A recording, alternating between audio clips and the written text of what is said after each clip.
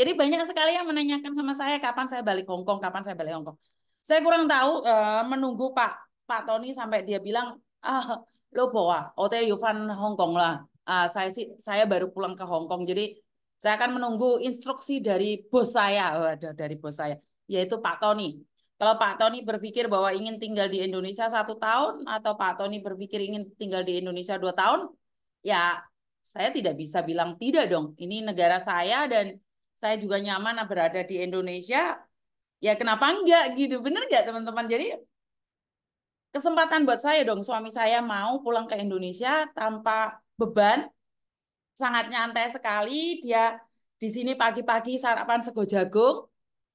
Kita ke pasar pagi-pagi, tuku sego jagung, dimakan sarapan, siang dikit makan nasi, malam makan nasi. Jadi di sini dengan gaya hidup di Hong Kong sangat beda sekali ya. Ini mungkin pengalaman saya pribadi di mana kalau pagi kita cepat-cepat bangun, sarapan, kerja, berangkat ke kantor, siang makan, terus malam juga makan sama aja sih sebenarnya 3 kali. Cuman bedanya kalau di Indonesia sarapan pagi itu langsung nasi dan nggak aneh juga sih, saya juga nggak makan-makan roti atau salad atau apapun ya enggak ya. Menyesuaikan juga dengan tradisi yang ada di Indonesia. Jadi setiap pagi kita langsung sarapan nasi, nasi jagung sama pecel. Itu kayak setiap setiap saat, setiap waktu seperti itu.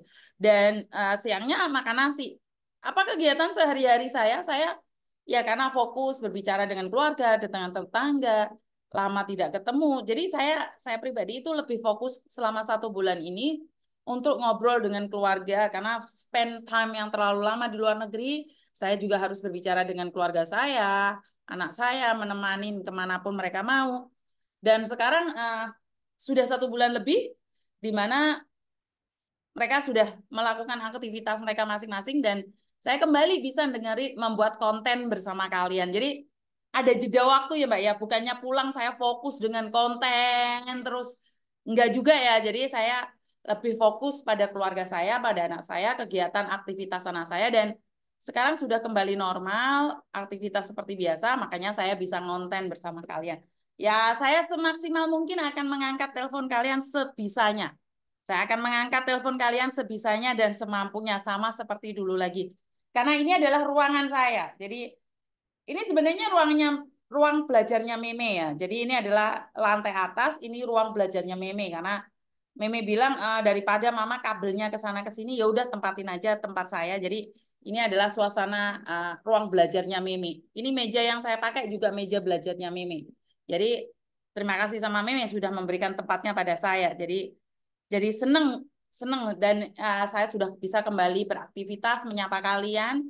Jadi jika ada yang menanyakan saya berapa lama ada di Indonesia, saya tergantung dari Pak Tony. Kalau Pak Tony bilang saya ingin tinggal di Indonesia 1 tahun, ya udah 1 tahun. Kalau Pak Tony bilang lo bawa, oh ya Fana, besok kita juga bisa pulang kapanpun. Jadi saya tidak tahu berapa lama saya akan tinggal di Indonesia. Jadi tergantung dari Pak Tony. Pak Tonynya karena Pak Tony begitu enjoy, begitu menikmatin suasana di Indonesia. Jadi suasana di Indonesia itu Pak Tony sangat nyaman dan tidak kepanasan ya karena seperti yang saya katakan bahwa di rumah saya itu hanya 2 AC, yang satu ruang belajar Meme, yang satu kamar saya. Jadi kebetulan kalau Pak Tony nggak ada AC-nya mungkin sudah kelenger dari awal ya Mbak ya.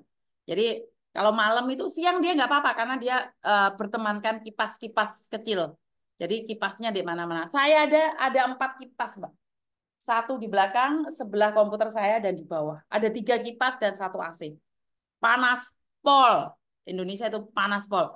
Jadi jangan tanyakan pada saya kapan saya balik Hong Kong, karena saya masih belum tahu kapan saya balik Hong Kong. Jadi Koko Thomas untuk sementara ini masih sendiri. Karena itu saya nanya sama anak saya, ini papa sudah suka banget pulang Indonesia, tinggal kamunya maunya apa? Terus saya nanya, kalau kamu pingin nikah, ya udah kamu nikah aja, nggak tak cutik toko kakak. Aku sampai bilang gitu sama anak saya, sama Thomas. Jadi kalau kamu pingin menikah, nggak apa-apa, mama izinkan kamu menikah. Orang tak cutik teko kakak. Kalau kemarin saya selalu bilang, kalau kamu nikah tak cutik teko kakak.